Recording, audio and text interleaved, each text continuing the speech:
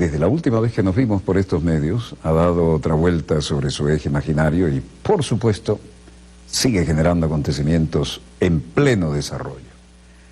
Y hoy, para variar, en este roce tectónico entre lo que podría llamarse Oriente y Occidente al estilo de la época de la Guerra Fría, Crimea vuelve a ser noticia. Vuelve a ser noticia porque desde 1853 están peleándose ahí los grandes imperios, y vean que cerca de Moscú y los intereses del Mar Negro. Y en este sentido, creo que tenemos algo de última hora. Gracias, señor coordinador. Bueno, atención a esto, ¿eh? Leo a primera vista comunicado de las Fuerzas Armadas Nacionales Bolivarianas. La Fuerza Armada Nacional Bolivariana reitera el rechazo al decreto de Estados Unidos contra Venezuela. Caracas, 20 de marzo de 2017, Ministerio del Poder Popular para las Relaciones Exteriores. El Ministerio del Poder Popular para la Defensa, a través de su titular, Vladimir Padrino López, sostuvo una reunión este lunes con el Estado Mayor Superior de la Fuerza Armada Nacional Bolivariana, con el propósito de elevar y evaluar las amenazas que desde el exterior se ciernen contra Venezuela. Desde el Comando Estratégico Operacional de la Fuerza Armada Nacional, CEOFAM, el general en jefe reiteró el rechazo de la institución castrense al decreto emitido en mayo de 2015 por el expresidente de Estados Unidos, Barack Obama, quien declara a la República Bolivariana como, comillas, amenaza inusual y extraordinaria, cierre de comillas, a la seguridad interna del país norteamericano. Recordó que con una orden ejecutiva similar se dio inicio el 20 de marzo de 2003 a la invasión a Irak, que terminó ocupando ese país por espacio de 5 años y provocando la muerte, hasta la actualidad, de más de 1 millón de personas. El ministro repudió igualmente a los factores internos venezolanos que estimulan la intervención del país. Comillas, eso corroe el espíritu nacional, fractura el espíritu nacional, y si en tiempos de dificultades que nos han impuestos no nos unimos como pueblo, como seres humanos y como sociedad, entonces Venezuela estará destinada a la violencia. Nosotros no queremos la violencia y nuestra victoria es la paz, agregó. El general en jefe dirigió una videoconferencia con todos los comandantes de las regiones estratégicas de defensa integral, REDI, y zonas operativas de defensa integral, SODI, para analizar todos los aspectos importantes de adiestramiento y dotación de la institución militar. Muchas gracias, señor coordinador, comunicado que acabamos de recibir, emitido por las Fuerzas Armadas Nacionales Bolivarianas.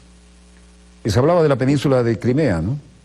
Y es donde los viejos imperios se vienen disputando áreas de influencia desde 1853, 54. Allí aparecieron, de hecho, algunos dicen que no, que antes había otros, los primeros corresponsales de guerra, ¿no? En el ámbito de la cultura que manejamos. Pero aquí, imagínense, está el Mar Negro, flota importante, vean la distancia de Moscú, y luego por el Bósforo, dejando Europa de un lado y Asia del otro, la salida nada menos que al Mediterráneo. Esto, como en los viejos tiempos, vuelve a ser noticia y representa un nuevo roce de capas tectónicas entre las áreas de influencia de Oriente y Occidente. Desde luego, Rusia ha mostrado músculo y aquí lo tenemos en evidencia.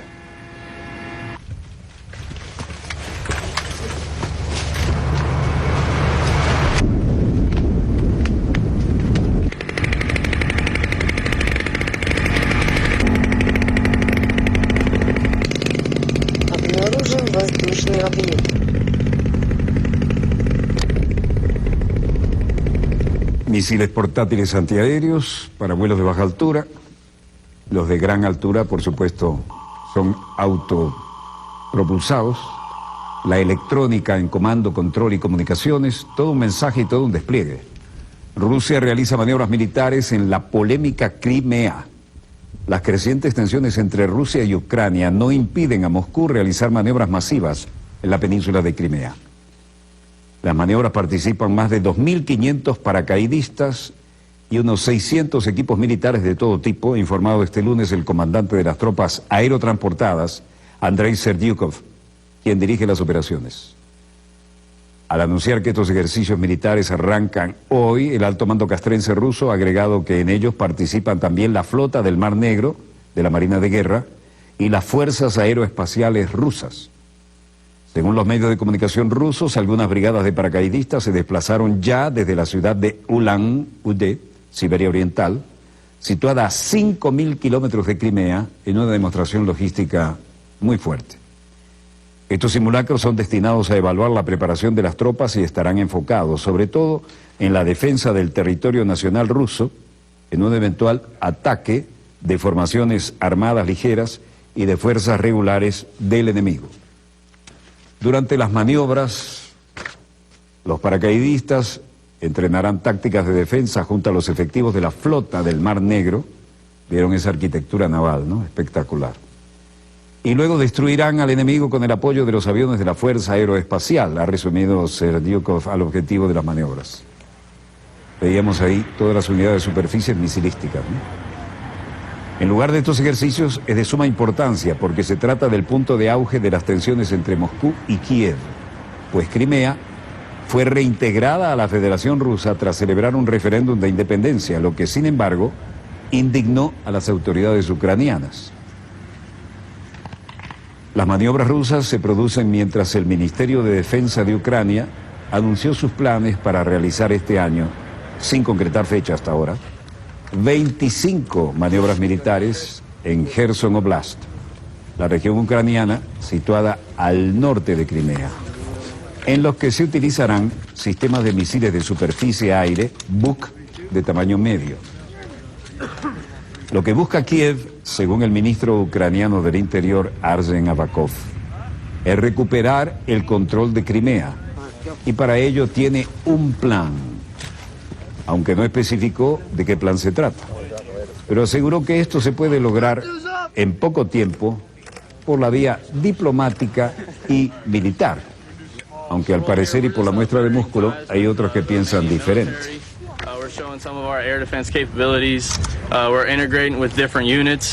Ahora estamos en Rumania y aquí el tema es que un sargento de la Infantería de Marina de Estados Unidos, Cable Austin, dice: estamos aquí mejorando los lazos del ejército rumano y estamos mostrando algunas de nuestras capacidades de defensa aérea. Nos estamos integrando con diferentes unidades y simulando un asalto a una cabecera de playa y luego estableciendo la defensa aérea para ello.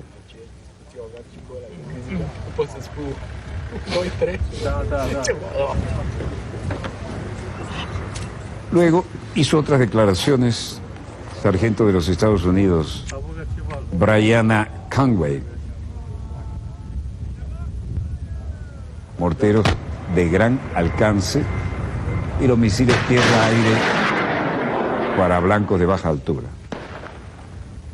Alrededor de 1.200 soldados rumanos entrenaron con los infantes de marina estadounidenses al comienzo de este ejercicio militar conjunto de 7 días.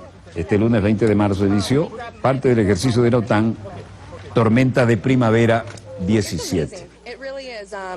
La sargenta Brianna Conway dice: es increíble realmente ser capaz de trabajar con nuestros homólogos rumanos y entrenar con estas mujeres.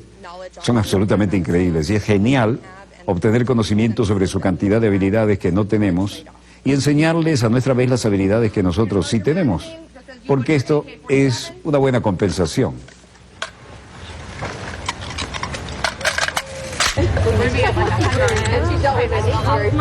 Las mujeres en la infantería. Alrededor de 1.200 soldados rumanos entrenaron con Marines estadounidenses al comienzo de este ejercicio militar conjunto de 7 días, este lunes 20 de marzo. Conjunto deberían ser con las propias fuerzas, ¿no? Combinado quedaría más ortodoxo, pero bueno. En la ciudad costera del Mar Negro, Cap Pumidia, a unos 250 kilómetros al este de la capital Bucarest, los soldados participaron en complejos entrenamientos de defensa a través de las fuerzas navales, terrestres y aéreas para mejorar la interoperabilidad. Modelo europeo de transporte de paracaidistas y apoyo táctico. No llega a la capacidad de un Hércules, pero se defiende bastante bien. Y atrás, otro de los jets europeos que tomaron parte en esto. Una de las tareas principales fue la práctica de mando e implementación de operaciones anfibias conjuntas en la zona del litoral, y con todo tiempo, como podemos ver, ¿no? La organización del ejercicio a través de la Asociación Estratégica Rumano-Estadounidense es una de las medidas de la OTAN para garantizar la seguridad colectiva de la alianza en la sensible región del Mar Negro. El ejército estadounidense prometió en enero incrementar el alcance y la complejidad de sus ejercicios de entrenamiento. ¿Qué tenemos aquí? Los franceses también. Europeos para disuadir la agresión rusa y consolidarse en el flanco oriental de la OTAN, pero dicen que esa interpretación lejana, que podría ser Rusia, ¿no? El ejército estadounidense y la OTAN están tratando de aumentar la capacidad de responder rápidamente. Coronel francés, como les decía, del ejército, Michel de Mesmet. Primero, estamos aquí para un propósito: estar en total cohesión con el pueblo de Estonia y el ejército estonio, dentro del marco de la OTAN, en una sólida posición defensiva para continuar llevando a cabo misiones defensivas en el área de la OTAN.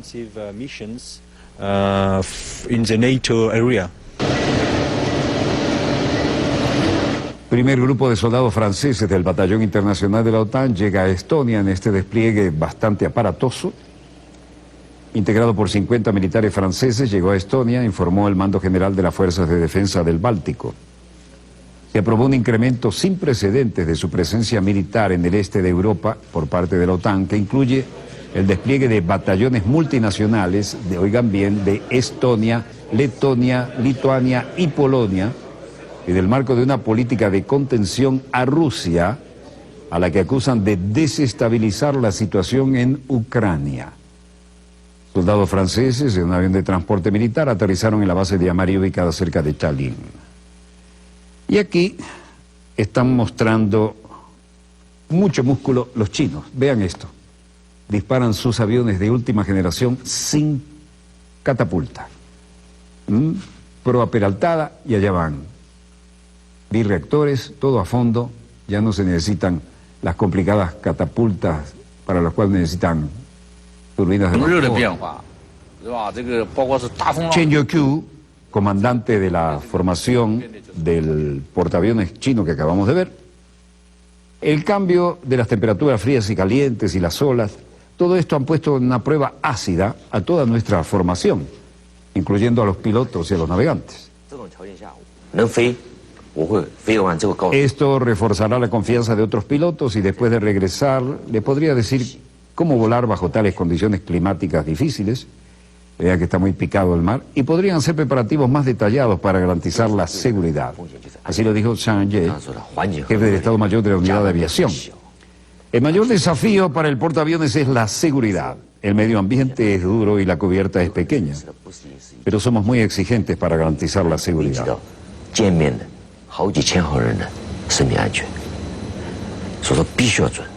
Si hubiese algún problema, la pérdida sería mucho más que un avión.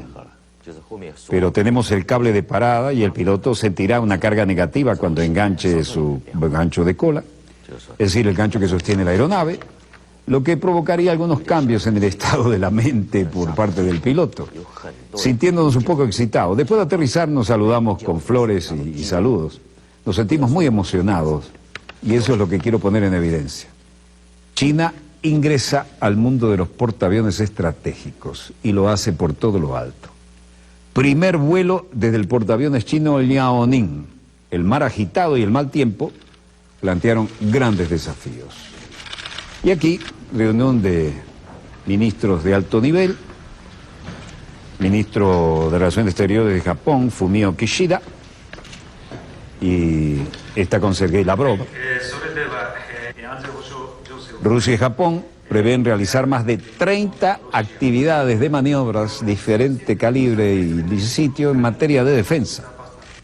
El ministro de Defensa ruso, Sergei Shoigu, aseguró que ha sellado con su homóloga japonesa Tomomi Inada, Japón tiene una ministra de Defensa, ¿no?, más de una treintena de acciones conjuntas para este año. Fumio Kishida dijo: confirmamos que el primer ministro japonés Shinzo Abe visitará Rusia a fines de abril para mantener conversaciones con el presidente Vladimir Putin. Nos preparamos para esas conversaciones. Y Lavrov dijo: creemos que las sanciones impuestas... 4月下旬に安倍総理が訪ロし、プーチン大統領と会談することを確認し、首脳会談に向け... Luego, el canciller japonés Kishida dijo: estamos de acuerdo en exigir fuertemente a Corea del Norte que se abstenga de nuevas provocaciones y observar la resolución del Consejo de Seguridad de la ONU. Japón y Rusia trabajarán estrechamente en este asunto en las Naciones Unidas.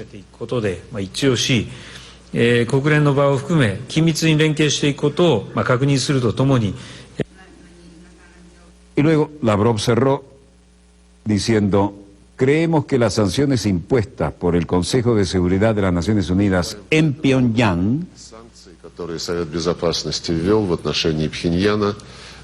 no deben ser vistas como una herramienta de castigo, sino como un estímulo para traer de vuelta la situación política a la mesa de negociaciones. Por lo demás, dijo que es hora de empezar a debatir la reconstrucción de Siria, por ejemplo. Mientras tanto, en París, el primer ministro japonés, reunido con jefe de casa, jefe de gobierno francés, y se habla de fuerte cohesión que debe ser preservada. Shinzo Abe dijo: este año hay elecciones nacionales con los principales países europeos y el Reino Unido abandona la Unión Europea. Todo esto, Francia y Japón refuerzan su cooperación en materia nuclear, y aquí están los tratados bilaterales en el Elíseo.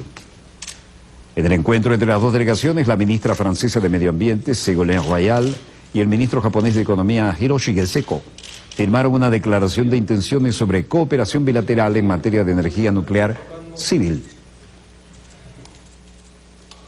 Las empresas japonesas Mitsubishi Heavy Industries y Japan Nuclear Fuel Limited anunciaron el pasado 3 de marzo una inversión de 500 millones de euros por el 10% conjunto de la empresa, víctima de un fuerte deterioro de su daño por el valor bursátil por años de pérdida.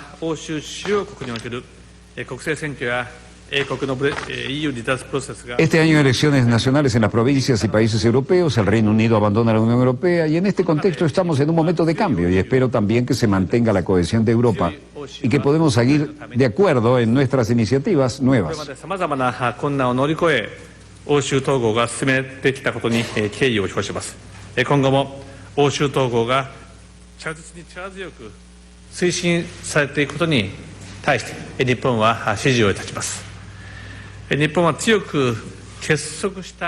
La declaración fue bastante contundente y optimista. Y François Hollande dijo: estamos actuando contra la proliferación nuclear.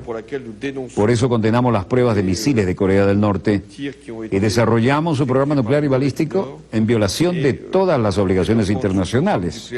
Así lo están desarrollando, en violación de todas ellas. El Japón sabe que puede contar con la plena solidaridad y apoyo de Francia. Un poema esto. Después de aquí, Hiroshima Mon Amour.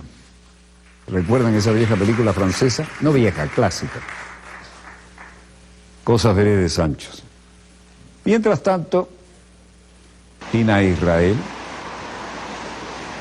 la entrada a la ciudad prohibida, la gran avenida de la Paz Celestial, mal tiempo, el gigantesco retrato de Mao y el gran salón del pueblo, el mayor salón techado del mundo, alfombra roja para el Bibi.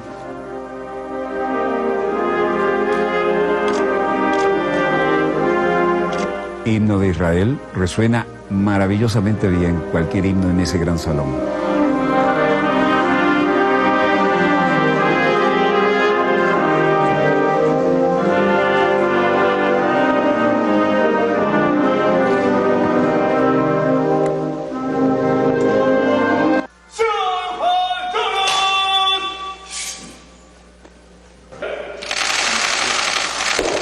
al compás de El Oriente es Rojo, alfombra roja para Vivi.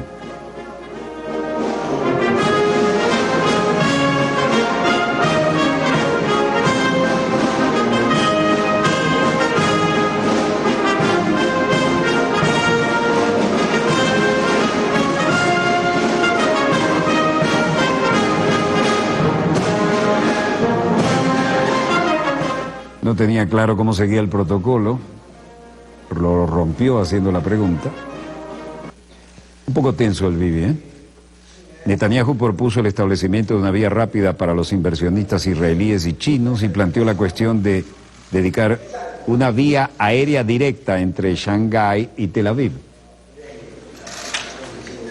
Además, ambos firmaron una serie de acuerdos que incluyen un plan de trabajo multianual, un acuerdo sobre trabajadores extranjeros de China, uno de cooperación en aviación y el establecimiento de laboratorios conjuntos.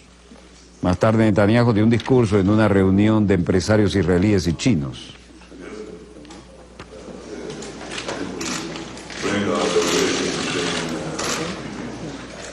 Hay un cambio radical desde la primera visita que tuve en China hace 20 años. Las calles estaban llenas de bicicletas y edificios antiguos.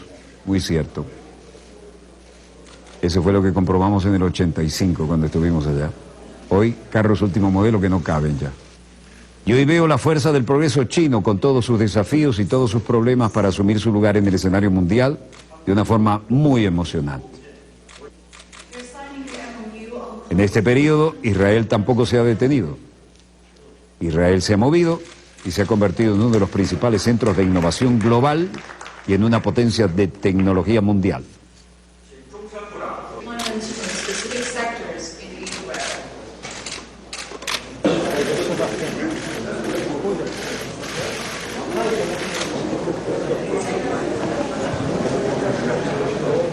Mientras esto ocurría en China, Israel declaraba operativo su escudo de defensa aérea, llamado la Onda de David. Ya hablaremos de eso. Aquí lo tienen. Un video mostrado por la Fuerza de Defensa de Israel y obtenido por Reuters mostró una intercepción de prueba por el interceptor de defensa aérea israelí, la Onda de David. Este sistema de misiles antiaéreos de múltiples niveles de Israel estará plenamente operativo a principios del próximo mes con el despliegue del interceptor Onda de David, en inglés David Sling, dijo un alto oficial de la Fuerza Aérea este lunes. Ahí va. Excelente para colocarlo en zonas pobladas y altamente sensibles, ¿no? Aquí el tema es, viene en parábola el misil, el detector lo engancha, dirige el disparo y busca el punto perfecto en que la parábola de caída lo puede interceptar. Esto, de ser cierto, es un enorme avance y una gran tranquilidad. Ahí ven uno saliendo a la intercepción. Y otro disparo vertical aquí. El David Sling, diseñado para derribar cohetes disparados desde 100 a 200 kilómetros de distancia, será la pieza final de un escudo que ya incluye la cúpula de hierro de corto alcance y los misiles Flecha 2 y Flecha 3 de largo alcance. Israel utilizó extensivamente el cúpula de hierro para interceptar cohetes disparados por los militantes palestinos en la guerra de Gaza en el 2014. Y los misiles Arrow fueron desarrollados con una amenaza de misiles iraníes en la mente. Está dedicado a los iraníes, ¿no? La Onda de David, desarrollada y fabricada conjuntamente por la estatal israelí Rafael y la estadounidense Raytheon, probablemente sería... Vean esto. Rusia se muestra preocupada por ataques aéreos de Israel en Siria. Ahí veo lo que parece ser el perfil de un Spitfire y un F-16. Dos épocas absolutamente distintas, ¿no? A menos que se trate de un avión de reconocimiento, el de hélice, más moderno. En suma, Rusia está preocupada por los ataques aéreos de Israel en Siria. Y las fuerzas, así lo dice la Cancillería rusa, explicando la convocatoria al embajador israelí, lo llamaron al botón. Tenemos un canal de comunicación especial para evitar incidentes y nos gustaría que el mismo funcione de manera más eficiente y que no exista una falta de comprensión acerca de quién hace qué cosa en Siria. Así lo precisó tajantemente este lunes ni siquiera el canciller, el vicecanciller de Rusia, Mikhail Bogdanov. El viernes pasado, el Ministerio de Exteriores de Rusia convocó al embajador del régimen de Israel en Rusia, Gary Koren, a raíz de un ataque que realizaron ese mismo día aviones de la Fuerza Aérea Israelí contra un objetivo militar cerca de la ciudad de Palmira, o Tadmor en árabe. Todo el régimen corre por cuenta de Hispan TV. El Santo Padre, tardíamente, habla del genocidio en Ruanda y pide perdón por el rol que jugó nuestra iglesia.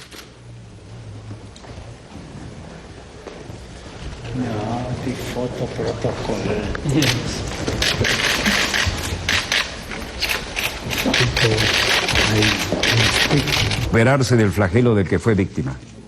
A través de un comunicado emitido por la Santa Sede, el Papa pidió perdón por el rol de la Iglesia, además del reconocimiento por las faltas suscitadas en ese tiempo. El Papa recibió al presidente de Ruanda, Paul Kagame, y le expresó esperanza de que sus palabras ayuden al país africano a recuperarse del flagelo del que fue víctima. Eso fue el brutal genocidio de 1994. El sumo pontífice aceptó que algunos curas y monjas católicas en Ruanda en esa época, comillas, cedieron al odio y la violencia, traicionando su propia misión evangélica, cierre de comillas. Asimismo, el comunicado emitido por la Santa Sede, el Papa expresa que desea este humilde reconocimiento de perdón por las faltas cometidas por la Iglesia en esa época.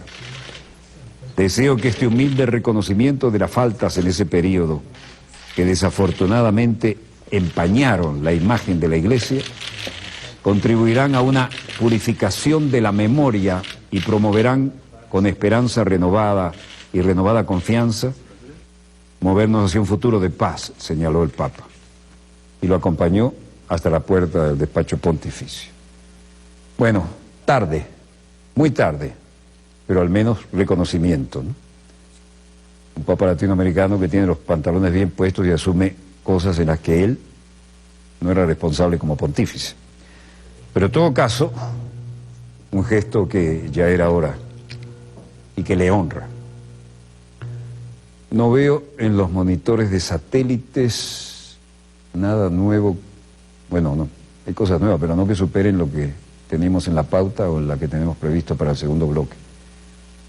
Interesante segundo bloque, no se lo pierdan, breve corte y volvemos con más acontecimientos en pleno desarrollo.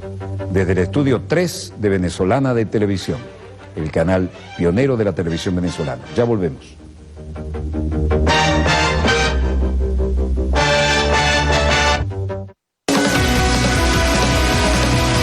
Ya vuelve Dosier.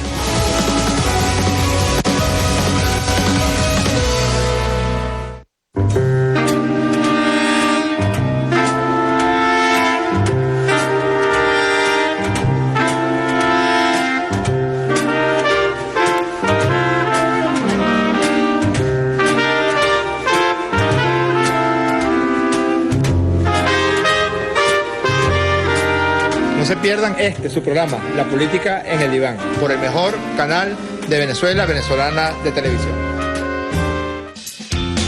El pueblo venezolano protagoniza el desarrollo energético. El gas es energía limpia al alcance de todos. El gas debe utilizarse conscientemente. Por ello te recomendamos: evita que los niños manipulen o toquen los sistemas y conexiones de gas. En caso de emergencia, llama a los números que están en pantalla. Prevenir es vivir. Cuida a tu familia.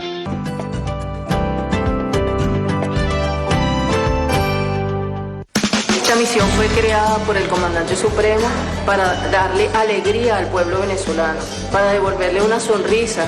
La participación popular es la que nos da vida a nosotros como misión. Los pacientes salen con una sonrisa de oreja a oreja y es lo que hace que la misión sea eso, la sonrisa para el pueblo, que era lo que quería el Comandante Supremo. Por eso nosotros somos un corazón indestructible.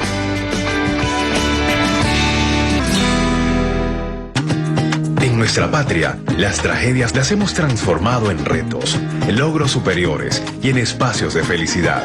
La belleza de nuestra patria no está en el rostro de sus mujeres, sino en lo grandioso de su naturaleza y en su espíritu de lucha y libertad.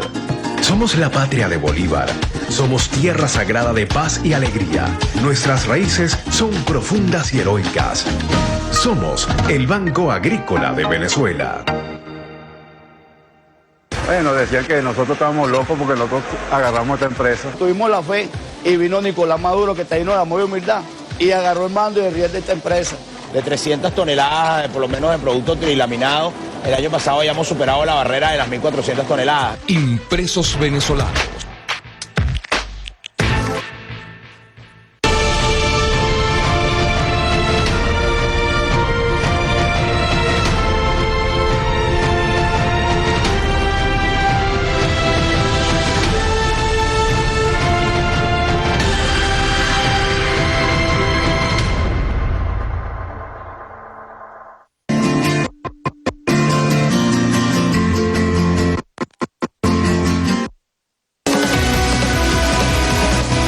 Continúa Dossier.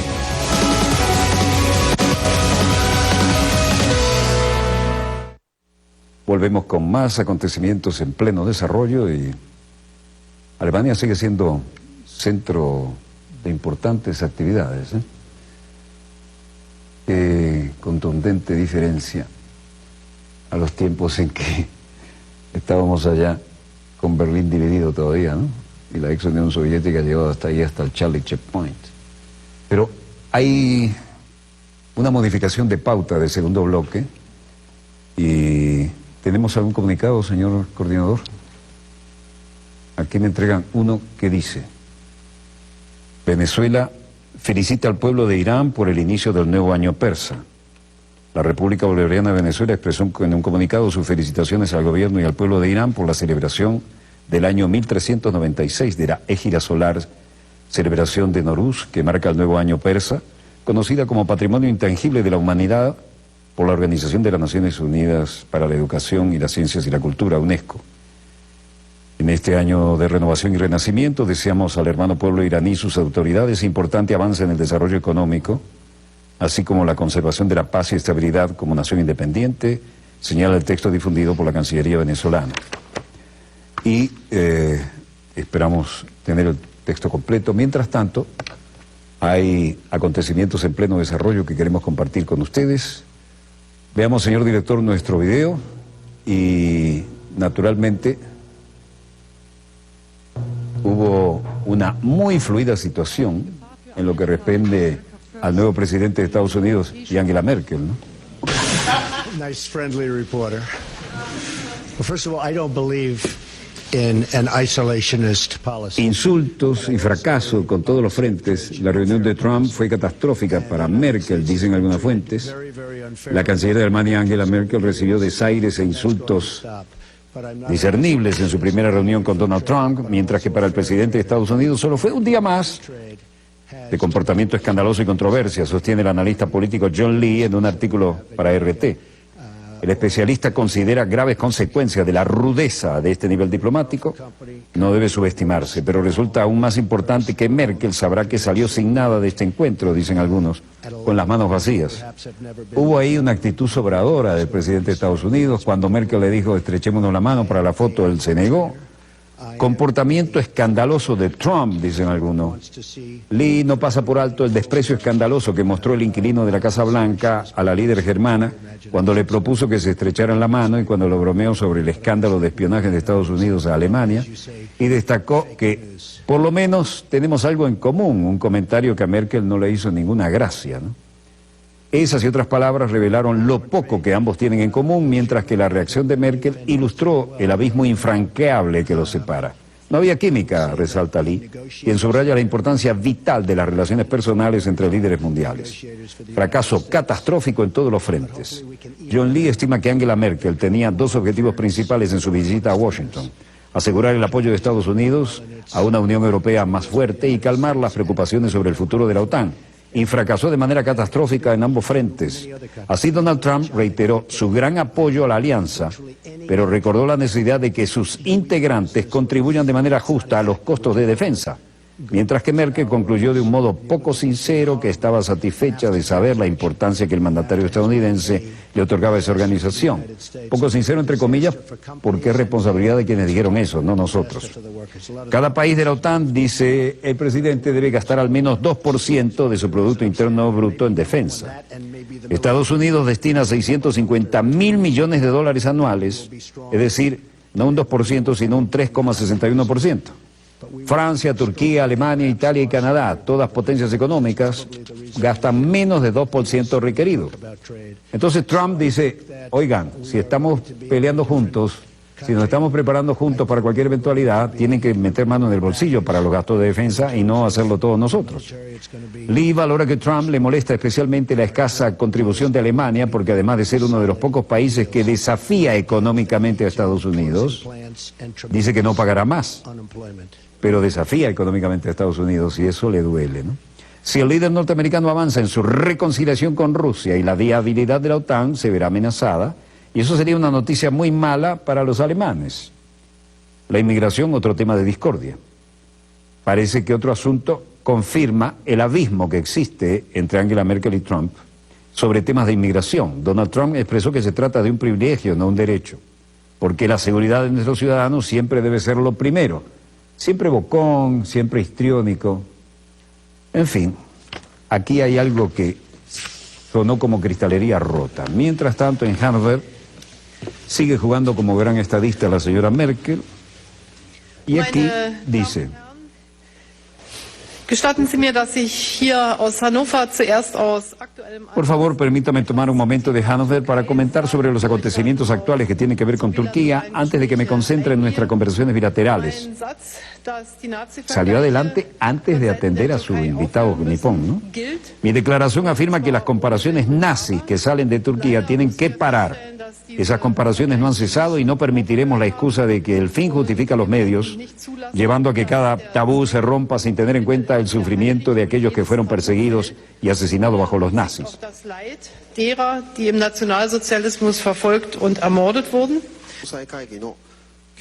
Quisiera recordarle una vez más la nota verbal enviada hace unos días por el Ministerio de Asuntos Exteriores.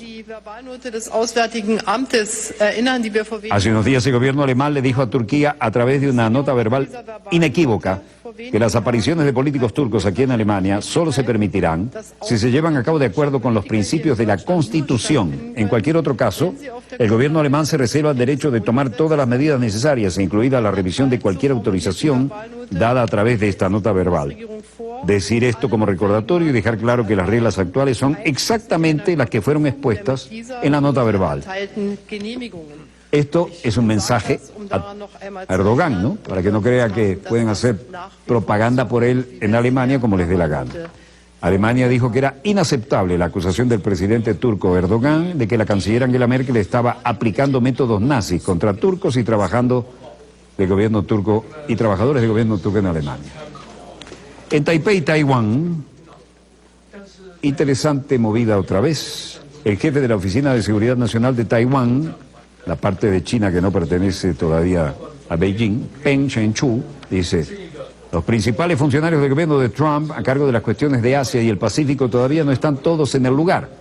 Tenemos que buscar la mayor ventaja en la interacción entre Estados Unidos y China para reducir la posibilidad de China comunista de guiar y manipular a los Estados Unidos en relación a China-Taiwán. Es decir, Taiwán se preocupa por el interés de la isla autogobernada antes de la reunión de Trump y Xi Jinping. Y el jefe de la Oficina de Seguridad Nacional de Taiwán, Peng Shen-chu, a esta hora, basándonos en una variedad de información que hemos reunido, creemos que es improbable que se emita un comunicado nuevo, o el cuarto, pero no descartamos la posibilidad. Muy fluida y tensa la cosa, ¿eh? En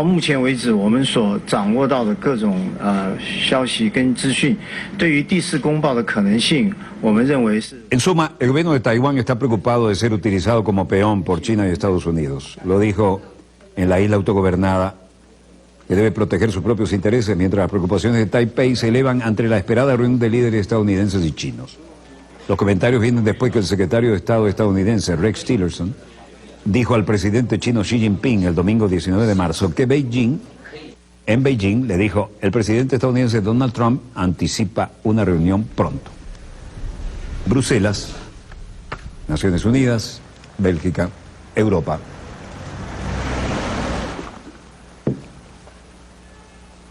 Arriando la bandera del Reino Unido, todo un gesto. Margaritis Schinas, vocera de la Comisión Europea, ante la rueda de prensa decía: sí, se nos ha informado de antemano, estamos listos para comenzar las negociaciones y estamos esperando la carta. Ahora sabemos que vendrá el 29 y todo estará listo de este lado.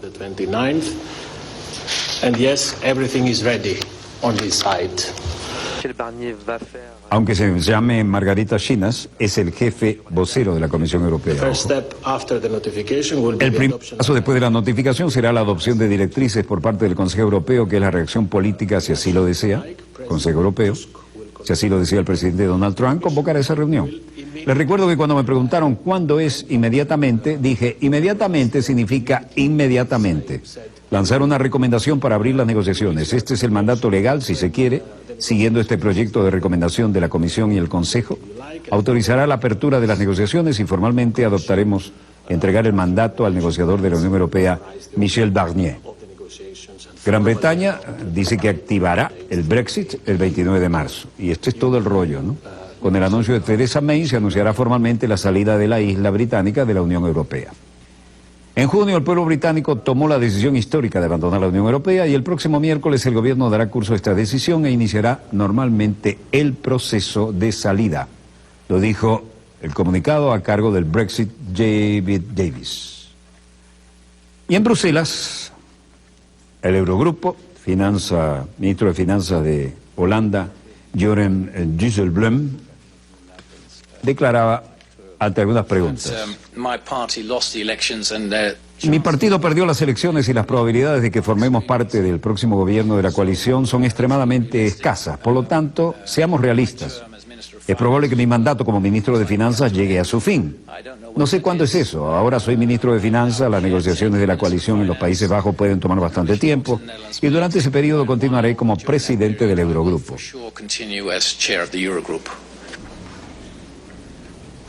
Y luego, a otra pregunta dijo: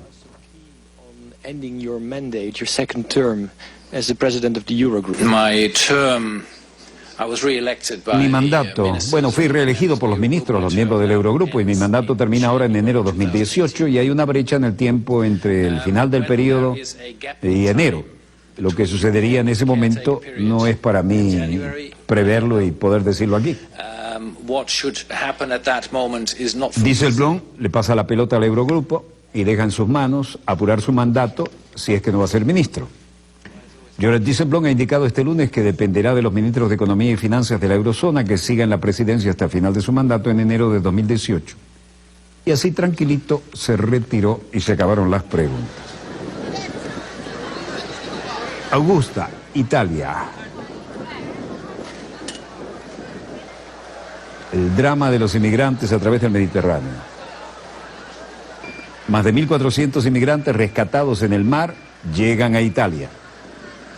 1.477 inmigrantes desembarcaron en un barco italiano de guardacostas en Augusta, Sicilia, este lunes 20 de marzo, después de ser rescatados del mar Mediterráneo. Los inmigrantes habían sido rescatados el domingo, 19 de marzo, en 7 operaciones diferentes, todas con barcos de diferentes tamaños, dijo el guardacosta. 745 habían sido rescatados en un barco, solo en un barco, 747. Uno de los migrantes fue trasladado del buque para ser llevado al hospital para recibir tratamiento de heridas de bala. Un funcionario de comunicaciones de la Agencia de las Naciones Unidas para los Refugiados, ACNUR, en el puerto de Augusta, dijo que hay al menos 600 menores no acompañados. 600 menores no acompañados, que se creen que están en el barco, en una preocupante tendencia que comenzó en 2016, es decir, mandar a los menores, sin compañía. En total, los rescatistas recogieron cerca de 3.300 inmigrantes de barcos de balsas de goma inflables, ¿no?, de la costa de Libia, el domingo 19 de marzo. Las llegadas de barcos a Italia han aumentado un 50% en comparación con el mismo periodo del año pasado, es decir, este drama es sin final.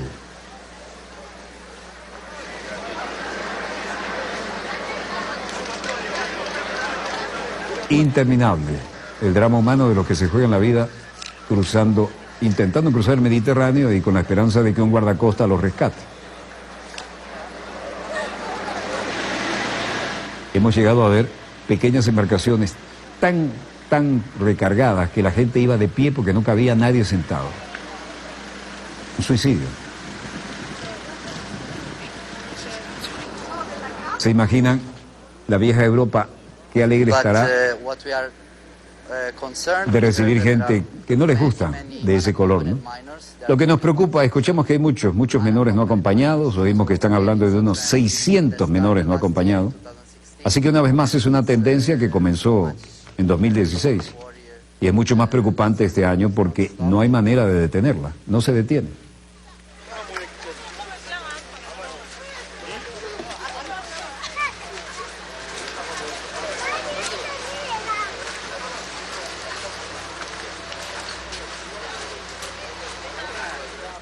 Un drama humano de nunca acabar. Bueno, el gobierno de Bolivia denunció la detención de militares de su nacionalidad en Chile. Lo más relevante, coronel, es la cuestión de dónde nos... Álvaro García Lineras.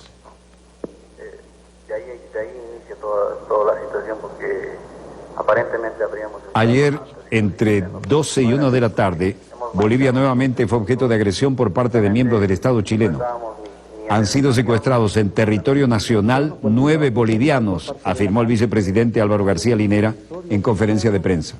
9 ciudadanos bolivianos, 2 del ejército y 7 civiles, del lado boliviano. Segundo apunte, han sido detenidos cuando estos oficiales y miembros de la aduana estaban combatiendo el contrabando. Y esta es la foto, la prueba. No es que estaban caminando, no es que estaban de paseo, no es que se perdieron, estaban combatiendo un delito, el contrabando. Es su obligación combatir el contrabando. Ustedes saben que nos hace un terrible daño el contrabando.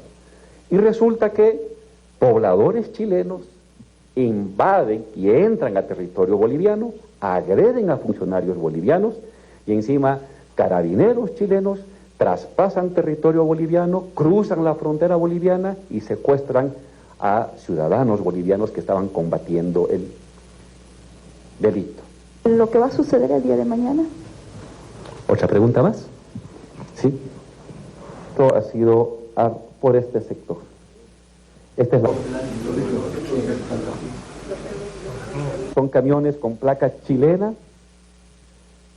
Si uno hace un recuento de lo que está pasando en el norte chileno, el norte chileno se está convirtiendo en una zona de una economía ilegal, de una gigantesca economía ilegal, y resulta que el Estado chileno, a través de sus organismos de coerción y de vigilancia, lo que están haciendo es socapar, proteger este delito de contrabando.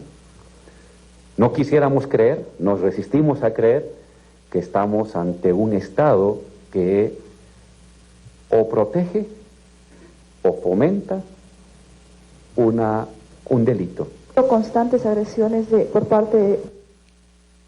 Bueno, rueda de prensa de Onagro con Lilian Tintori en la OEA, la representante venezolana ante la Organización de Estados Americanos, OEA, Carmen Luisa Velázquez, hizo una intervención allí porque esto era un atentado. En esta sala, como los que nos siguen en directo por Facebook Live.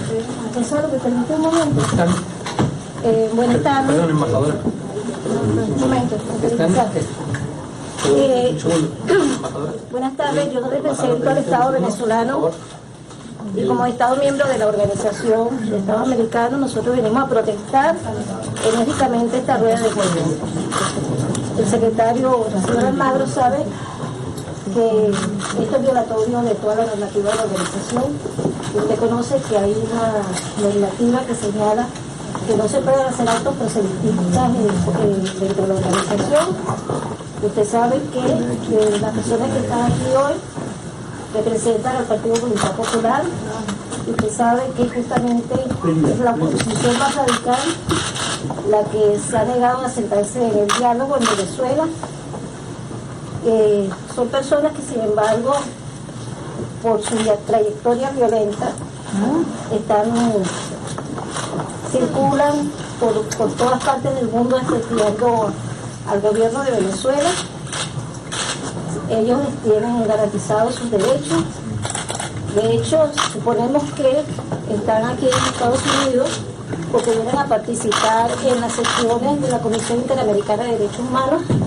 Esta tarde tienen una reunión privada para tratar el caso por los cuales les tracan. Entonces nosotros reiteramos, hacemos una protesta enérgica a este acto y nos vamos a permitir leer el contenido de una nota que se entregó en el día de hoy el presidente del Consejo Permanente. La misión permanente de la República Bolivariana de Venezuela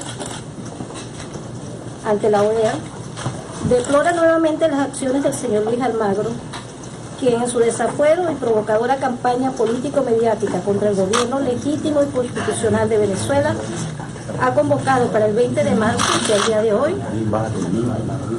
a una conferencia de prensa con militantes del partido político venezolano Voluntad Popular, utilizando una vez más los espacios de la OEA con fines proselitistas, violentando no solo los principios de no intervención en los asuntos internos de los estados, convivencia pacífica y buena fe, contenidos en la Carta de la OEA, sino también la normativa interna de la organización, que expresamente señala los programas o funciones en los edificios de la organización o cualquiera otra instalación de la. Bueno, aquí el video que habíamos recibido de última hora, y aquí lo que consta es acto de protesta antes de comenzar la comparecencia en plena sala ante las cámaras y medios internacionales. Estoy viendo una nota que incluso publicó Aporrea, y el secretario general lo acusan de actuar con fines proselitistas, en tanto anunciaría ante la prensa que pedirá al Consejo Permanente realizar consultas con los delegados y embajadores de 34 Estados miembros, es decir, todos ellos,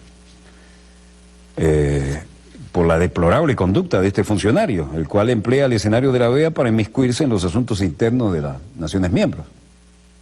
La Organización de Estados Americanos, con sede en Washington, la capital estadounidense, se autodefine como la organización que fue fundada con el objetivo de lograr en sus Estados miembros, como lo estipula el artículo 1 de la Carta, una orden de paz y de justicia y fomentar su solidaridad, robustecer su colaboración y defender su soberanía y su integridad territorial y su independencia.